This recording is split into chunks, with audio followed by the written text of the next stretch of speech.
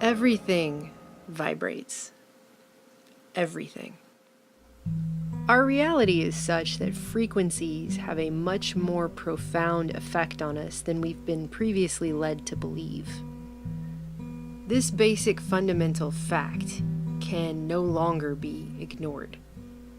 As technologically advanced as we're constantly told we are these days, there are some technologies that are just now being presented to the public as new when they're not new at all, but have simply been widely suppressed for decades. Things like the new digital neuro headbands that pulse specific electromagnetic frequencies into a person's head to change people's moods, for example. People are buying these now. This is a thing. But it was proven that that type of technology worked decades ago. It has also come out in recent years that frequencies can cure diseases, including cancer. Professor Anthony Holland even gave a TED Talk called Shattering Cancer with Resonant Frequencies a couple years back, where he discussed that specific oscillating pulse electrical fields can destroy everything from cancer cells to MRSA. Over the course of 15 months, we try hundreds and hundreds of frequencies, if not thousands, until we find the magic combination. The answer is you have to have two input frequencies, one low, one high, and the higher frequency must be 11 times the lower. It's what we musicians would call the 11th harmonic. And when we add the 11th harmonic, we begin to shatter microorganisms like a crystal glass. Not that you probably heard about it on the nightly news or anything.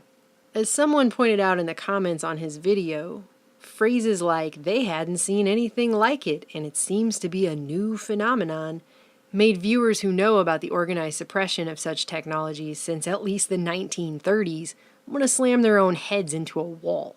If you haven't heard of Dr. Royal Raymond Rife, this is someone who's been referred to by those who personally knew him as a genius.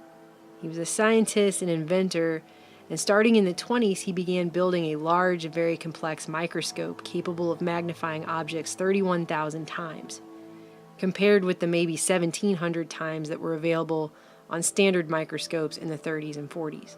By 1940, he had invented a 2-foot microscope weighing 200 pounds that included 5,682 parts, which enabled him to see viruses and bacteria in a way that no other scientist had at that time. Because these organisms were so tiny, he designed a method of staining them with light. And through this work, he came to understand that living things, including pathogens and viruses and bacteria, have their own frequency or oscillation pattern. And just like a specific musical note can shatter a wine glass if sung at the resonant frequency of the glass, he found specific frequencies could be used when matched up with specific pathogens in order to destroy them. And as he continued to isolate viruses and bacteria and locate their frequencies, he also claimed he discovered the virus responsible for cancer. Using resonance, or what he termed the mortal oscillatory rate of the virus, he was able to kill it in laboratory experiments over and over and over. He completed hundreds of experiments on tumors in rats purposefully infected with the isolated cancer virus before ever attempting to use these frequencies on people. In 1934, he famously tested out his device on 16 terminally ill cancer patients. Out of 16, 14 of them, all but 2, were certified medically cured in just 3 months. Of his treatment, Rife would later write, "With the frequency instrument treatment, no tissue is destroyed, no pain is felt, no noise is audible, and no sensation is noticed. A tube lights up and 3 minutes later the treatment's completed. The virus or bacteria is destroyed, and the body then recovers itself naturally from the toxic effect of the virus or bacteria. Several diseases may be treated simultaneously." His findings were at first widely published. In June of 1940, the LA Times reported, "For organisms too small to be stained, an ingenious illuminating system is used. The system utilizes Rife's theory that organisms respond to certain wavelengths, a theory he carries to finality by bombarding disease germs with radio waves which are tuned to those of the minute man-killers. And the virus he says occurs in cancer has, Rife insists, disintegrated under such radio waves." Rife was hailed in the scientific and medical communities for his discoveries, at first. By 1937, he'd established a company called Beamray with several colleagues, and 14 of his machines were manufactured. Multiple doctors used these machines, tested them out, and saw that they worked. It wasn't just Rife's word. So what happened? Why aren't these machines in every hospital and cancer treatment center in the world today? Why don't we have them? Simply put, the only cancer Rife couldn't seem to kill was greed. Powerful opposition with vested interest in allopathic, that is, the pharmaceutical and surgery-based medicine system, and the still infant cancer treatment called chemotherapy, and medical professionals linked to the Rockefeller Foundation with its deeply entrenched eugenics-based population control agenda, would make absolutely sure that Rife's machines would never be available to the public at large.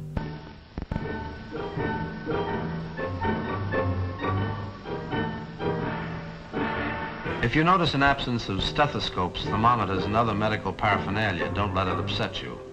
This doctor doesn't go in for them. He's got something better. She doesn't even have to undress. The machine will find out what's wrong. The modern counterpart of the ancient medicine man. He's traded in his boar's tooth and magic wand for an electrical appliance. But his stock in trade is still ignorance and superstition.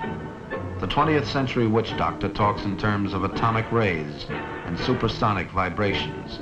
He's what's generally referred to as a quack doctor. But somehow that term just doesn't cover my feelings on the subject. To me, the term murderer is much more appropriate. One such big pharma stooge was Dr. Morris Fishbane, head for a time of the American Medical Association, and described by Bob Wallace on LouRockwell.com as a shakedown artist hell-bent on destroying naturopathic medical inventors he couldn't buy out. The story goes that Fishbane sent an attorney to make a token attempt to buy out Rife, and Rife refused. And although no one knows the exact terms of the offer, it was probably similar to the one Fishbane made to Harry Hoxsey for his herbal cancer remedy, which Fishbane later had to admit in court worked on skin cancer. On a television screen, it must look very much like a jar of chocolate syrup. It's not. It's cancer salve, and it's deadly. If it's killed before, it'll kill again.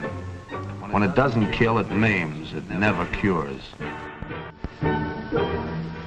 Fishbane and his associates would receive all the profits for 9 years, and Hoxsey would receive nothing. Then if they were satisfied it worked, Hoxsey would begin to get 10% profits.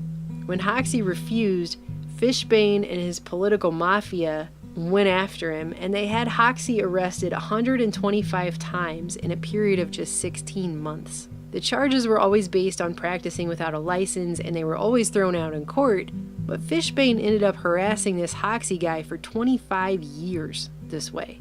The only good thing that came out of any of it is that the scandal ultimately forced Fishbane to resign. Fishbane also offered Phil Hoyland, who was an investor in Rife's Beamray company and an electrical engineer who helped build the frequency machines, legal assistance, basically in an attempt to steal the company out from under Rife and the other investors. And in 1939, a lawsuit ensued. And that was the beginning of the end of Rife and his machines. Unable to withstand the criticisms and attacks on his character and his life's work in court, Rife crumbled and turned to alcoholism, despite the fact that he ultimately won his case. But the legal costs bankrupted him, and Beamray went out of business. And Fishbane continued to wield all the power of the AMA to halt any further proper scientific investigation into Rife's claims or his machines. Doctors that had previously supported Rife suddenly fell silent. One of his partners, Arthur Kendall, all of a sudden retired to Mexico after receiving a magical gift of $250,000 from guess who.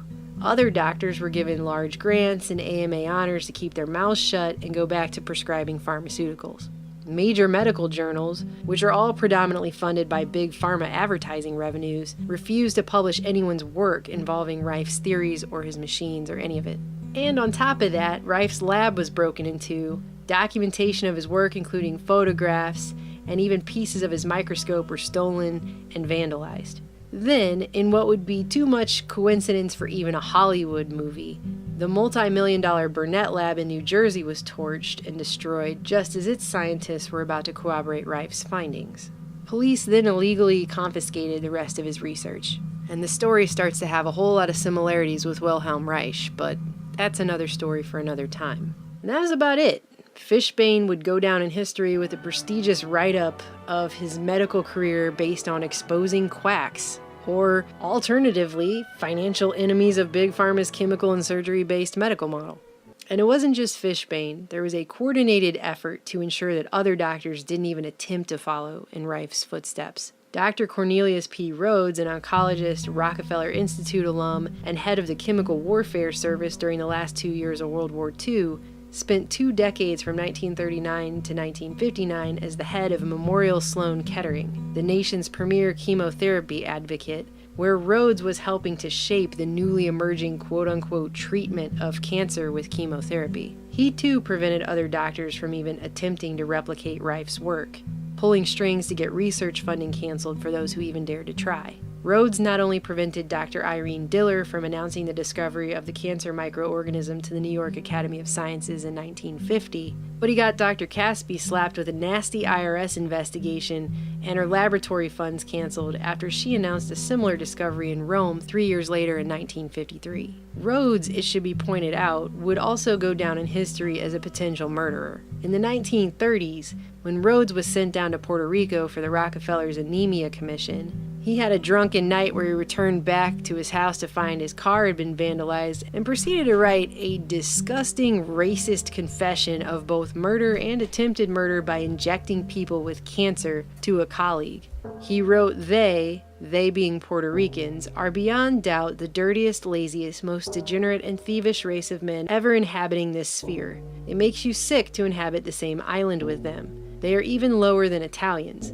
What the island needs is not public health work, but a tidal wave or something to totally exterminate the population. It might then be livable. I have done my best to further the process of extermination by killing off 8 and transplanting cancer into several more. The latter has not resulted in any fatalities so far.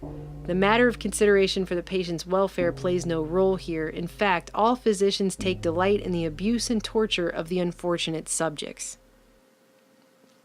13 people died under Rhodes' quote-unquote care in Puerto Rico. And the Rockefeller public relations firm got into full swing, coming out to say that Rhodes was simply writing a fantastic and playful letter for his own amusement, a satire piece, if you will.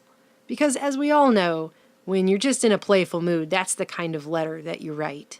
Token investigations, including one by the Rockefeller Institute, ensued and claimed there was no evidence that Rhodes had abused or neglected his patients. But as far as history is concerned, you can believe Rhodes' letter hasn't been featured too prominently in his otherwise illustrious biography as a chemotherapy pioneer. To me, the term murderer is much more appropriate. And today, how many people have needlessly died from cancer that could have quickly, painlessly, inexpensively, and easily been cured by Rife technology in the years since his research was purposefully suppressed? It's a horrifying thought. My mother almost died from cancer. She was diagnosed back in 2007, and they gave her a grueling chemotherapy treatment set that included one she later found out wasn't even for the type of cancer she was diagnosed with. They just threw it in, like a little added bonus. And when all was said and done, and her immune system had been utterly destroyed, but her cancer went into remission, the doctors turned around and informed her that it would probably come back in 5 to 10 years. That is not a cure. The reason the average person still believes dangerous and toxic chemotherapy cures cancer today is the same greedy force behind why most people still fuel their cars with gasoline, despite the fact that much more efficient, inexpensive, and environmentally sound alternatives have existed for decades, but have also been suppressed until recently. Greed, however, can't keep the truth hidden from humanity forever, especially those truths which are so fundamentally obvious, and becoming more obvious by the day. It's 2017. How many years have people been donating money to cancer research and running for the cure without so much as a peep from the allopathic medicine system about the cause? Albeit quietly, we now have researchers coming out of the woodwork left and right to verify the power of resonant frequencies to kill viruses and bacteria and diseases, including cancer. 2 doctors in 2014 published a paper in Global Advances in Health and Medicine titled Life Rhythm as a Symphony of Oscillatory Patterns, Electromagnetic Energy and Sound Vibration Modulates Gene Expression for Biological Signaling and Healing. It's a very interesting paper, And in it, they concluded not only chemicals and physical energies like EMFs and sound vibrations, but even our emotions, thoughts, beliefs, and the way we develop our intentions and life rhythms can deeply transform our gene expression patterning at the cellular level. This finding may disclose unexpected chances to develop self-healing processes based on further utilization of this remarkable human potential. The paradigm emerging here moves from a purely biochemical viewpoint based solely upon physical concepts of energy and momentum transfer and their implications for biochemistry to a holistic information-based paradigm. Much as a whisper might carry more gravitas than shouted words, science may now be uncovering the basic principles of a more subtle informational biology in which specific signaling behaviors can carry the power for healing. We were meant to heal. We were made to heal. We all know how well the big pharma medical model of filling ourselves up with chemicals and ripping out all our vital organs has served us. These aren't cures. It's sick care, not health care.